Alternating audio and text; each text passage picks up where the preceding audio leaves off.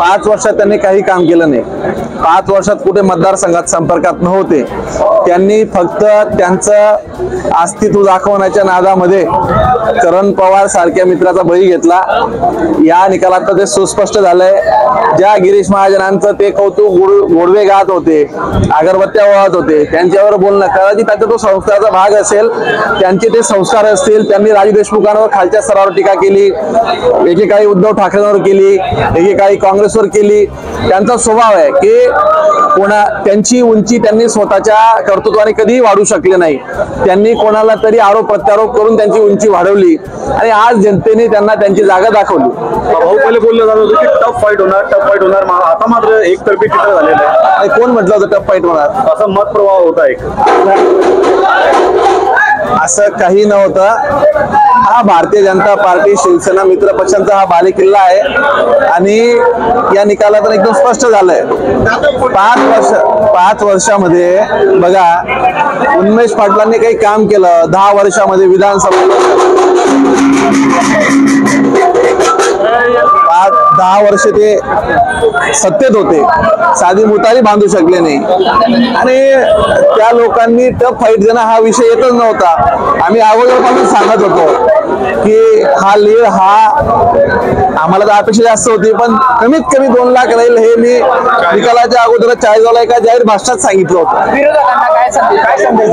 मला असं वाटतं की संदेश देण्यापेक्षा जनतेत राहून जनतेची कामं करावी। स्थिती नाकारून चालणार नाही। त्या घटलेल्या जागांच्या संदर्भात निश्चित नेतृत्व नेते हे आत्मपरीक्षण करतील। येणाऱ्या काळात त्यातनं काही पराभवात शिकलं पाहिजे।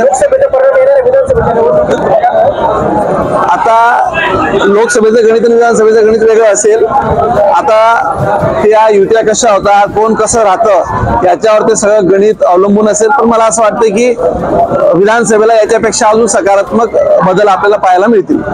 आता महिला या कधी दुय्यम स्थान नसलंच पाहिजे हे मोदीजींनी पण सांगितलंय। आता पुढच्या इलेक्शनला महिलांना पण आरक्षण राहणार आहे आणि जळगावच्या दोघं महिला या दिल्लीला जात आहे। या दोघं भगिनींना माझ्या खूप साऱ्या शुभेच्छा। पाटलांनी एक आरोप केला होता, मंगेश चव्हाणांना राजकारणात यायला 4 वर्ष होतात, 20 वर्षापासून राजकारण करतोय, त्यांना काय सांगितलं? आता त्यांना आरोप बघा, तुम्हाला सांगू का, उन्मेष पाटील हा एकदम बोली बच्चन माणूस आहे। त्याचं ग्राउंडवर कुठेही काम नाही। त्याच्या स्वतःच्या गावात एका बूथवर फक्त 3 मतांनी ते पुढे आहेत आणि एका बूथवर काहीतरी 50-60 मतांनी पुढे आहेत। म्हणजे त्याची परिस्थिती अशी की स्वतःच्या गावात तो पाणी देऊ शकत नाही, स्वतःच्या गावात शाळा बांधू शकला नाही, स्वतःच्या गावात ग्रामपंचायत नाही, स्वतःच्या गावात लाईट लावू शकला नाही। त्या माणसाने राज्यावर देशावर मोठ्या लोकांवर बोललं नाही पाहिजे। 5 वर्ष आमदार, 5 वर्ष खासदार फक्त मजा मारण्यात घालवले। ते कुठे घातले, काय घातले मला त्याच्यावर बोलायचं नाहीये, कधीतरी बोलू, पण जनतेने त्यांना त्यांची जागा दाखवली।